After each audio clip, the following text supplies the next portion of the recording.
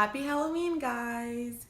Everybody loves trick-or-treaters, right? No. We all remember that one neighbor at the end of the block who didn't want any trick-or-treaters stopping by because their lights were always turned off. But we also know what happened to that neighbor, right? They got the trick end of the trick-or-treating. Like somebody would either beat in their mailbox or they'll get their house TP'd.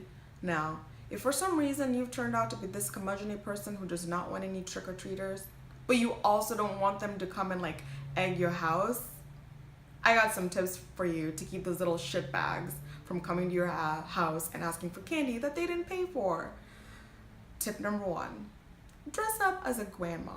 And when one of those little monsters rings on your doorbell and goes trick or treat, come out with a purse at hand and give them that old-timey butterscotch candy. You know, the ones that look like they've been stuck at the bottom of grandma's purse for like at least 5 decades. Yeah, those ones. Just give them that nasty clumpy shit. They're definitely not coming back after that. Tip number 2, dress up as a school teacher. It doesn't have to be a sexy school teacher, just any school teacher will do. And when one of those little monsters rings on your doorbell and yells out trick or treat, just come out and hand them out homework assignments and tell them that if they turn in their homework assignments next week, they can get their piece of candy.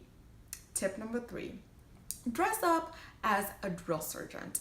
And when one of those little monsters rings on your doorbell and goes trick or treat, just come right out and yell at them, give me 50!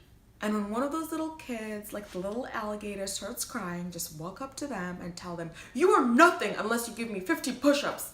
And whichever kid survives through that verbal abuse, give them 1 piece of candy. A shitty piece of candy. So it's definitely not worth it. Tip number 4, dress up as a hardened inmate. And when one of these little monsters rings on your doorbell and goes trick or treat, just walk outside and hand them all loose cigarettes. Trust me, they won't want to come back. Their parents would want them to come back. And last but not least, tip number 5. This one is I would say the easiest one and most efficient one. Dress up as yourself. Go to a pet store near you and get a super cute little puppy. And when one of those trick-or-treaters yells, trick or treat, open the door and hand them a puppy, a super cute little puppy. Trust me, you will not get any more trick-or-treaters because the trick-or-treaters might want to come back, but their parents are definitely not going to let them come back. Once the word spreads that there's some asshole out there handing out puppies to little kids, no more trick-or-treaters for you. I hope this was helpful. Next time.